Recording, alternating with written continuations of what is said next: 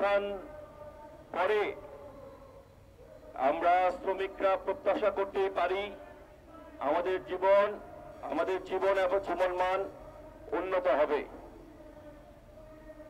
এই গণঅভ্যুত্থানের আগে 2023 সালের অক্টোবর নভেম্বরে আমাদের মজুরি বৃদ্ধির লড়াইয়ে 4 জন শ্রমিককে গুলি করে হত্যা করা হয়েছিল। এই 5ই আগস্টের পরে গণঅভ্যুত্থানের পরে যে গণঅভ্যুত্থানে যারা সূচনা করেছিল সেই ছাত্রদের চেয়ে তুলনায় অনেক অনেক বেশি শ্রমিক মেহনতি মানুষ জীবন দিয়েছে। সেই গণঅভ্যুত্থানের বিজয়ের পরে আমরা আবার যখন বকেয়া মজুরি চাইতে গেলাম, সেই পুলিশ, সেই সেনাবাহিনী, সেই বিজিবি, সেই ইন্ডাস্ট্রিয়াল পুলিশ তারাই আবার আমাদের বুকে গুলি চালালো। আমাদের 2 জন বন্ধু শহীদ হয়েছে। তাহলে আমাদের যে প্রত্যাশা ছিল সেই প্রত্যাশাগুলি পূরণ হয় নাই। আমি সেক্টর ধরে ধরে বলতে পারবো।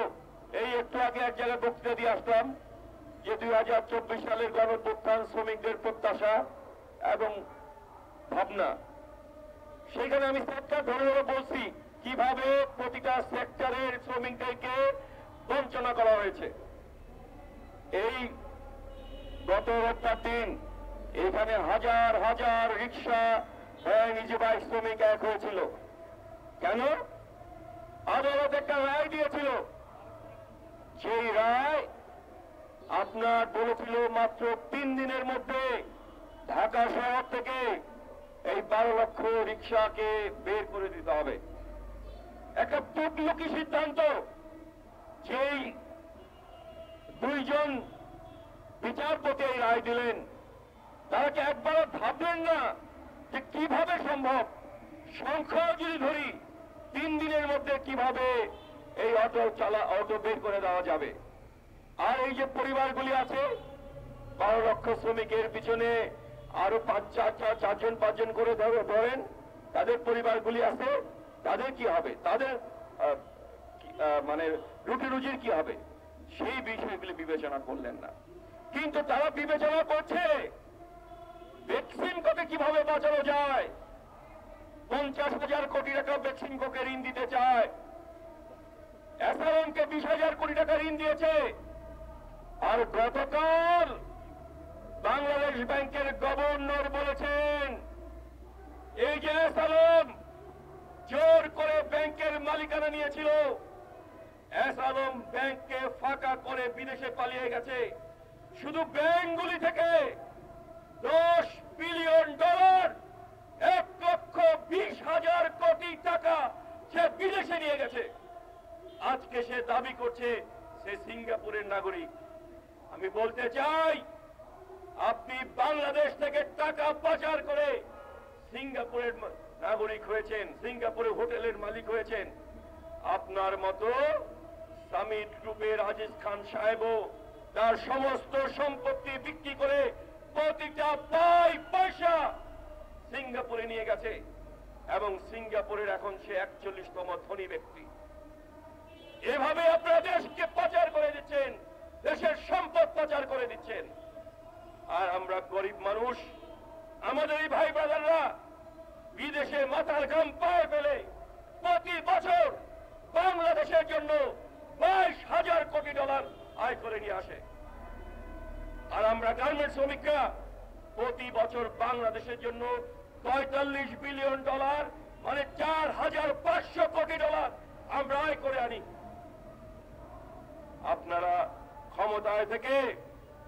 ক্ষমতায় বসে প্রতি বছর বাংলাদেশ থেকে 70,000 কোটি টাকা বিদেশে পাচার করে দেন। এইটা চলতে দেওয়া যাবে না। আমরা গণঅভ্যুত্থান করেছি, শেখ হাসিনার স্বৈরাচারকে পতন ঘটিয়েছি। আমাদের রক্তের উপর দিয়ে ইউনূস সাহেবের সরকার ক্ষমতায় এসেছে।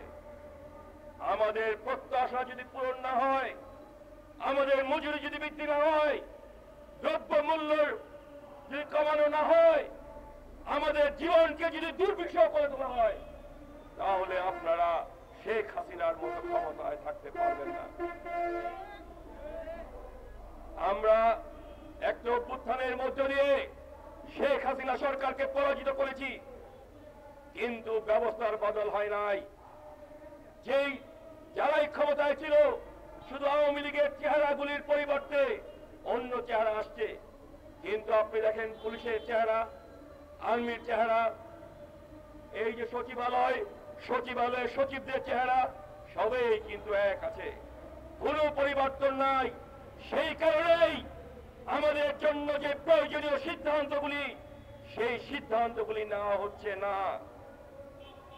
আমরা বলতে চাই অবিলম্বে আমাদের মজুরি বৃদ্ধি করার সিদ্ধান্ত গ্রহণ করা হোক। আমরা 25,000 টাকা মজুরি দাবি করেছিলাম, প্রতারণা করে আমাদের সেই মজুরি দেওয়া হয় নাই। এই বড় লড়াইয়ের পরে আজকে সরকারের কাছে আহ্বান জানাতে চাই, আমাদের মজুরি বৃদ্ধি করতে হবে, ন্যূনতম 25,000 টাকা মজুরি বৃদ্ধি করতে হবে, দিতে হবে। প্রিয় ভাই বোনেরা, সরকার শ্রমিকের বুকে গুলি করে, কিন্তু যারা সিন্ডিকেট করে, যারা জিনিসের দাম বাড়ায়, এই পর্যন্ত একজনকে গ্রেপ্তার করে নাই। গুলি চালানো তো দূরে থাক, গ্রেপ্তারও করে নাই।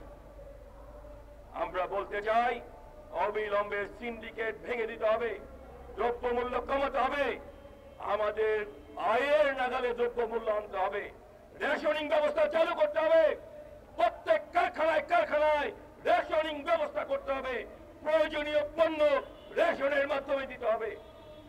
আমরা লাইনে দাঁড়িয়ে অবমাননাকর ভাবে কাঠ থেকে জিনিস কিনতে চাই না। প্রত্যেকটা কারখানায় রেশন দোকান থাকতে হবে, যেমন করে স্বাধীনতার পর 72 সাল থেকে 80 সাল পর্যন্ত পাড়ায় মহল্লায় রেশন দোকান ছিল, সেইখান থেকে মানুষ পণ্য ক্রয় করত ন্যায্য মূল্যে।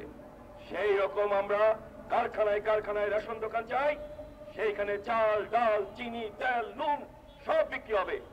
আপনি সেনাবাহিনী, তাকে যদি কম দামে চিনি দিতে পারেন, কম দামে চাল দিতে পারেন, তাহলে কেন শ্রমিককে দিবেন না?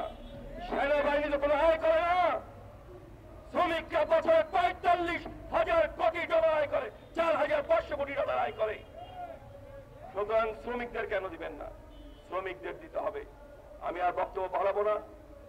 একটা অভ্যুত্থানের মধ্য দিয়ে শেখ হাসিনার পতন হয়েছে, যদি আমাদের কথা মতো না চলেন, আমাদের জীবনমান উন্নয়নের জন্য কাজ না করেন, আমাদের প্রত্যাশা পূরণ না করেন, তাহলে আরেকটা গণ অভ্যুত্থান হবে। সেই দ্বিতীয় গণ অভ্যুত্থানের নেতৃত্ব দিবে শ্রমিক, কৃষক, ক্ষেত মজুররা।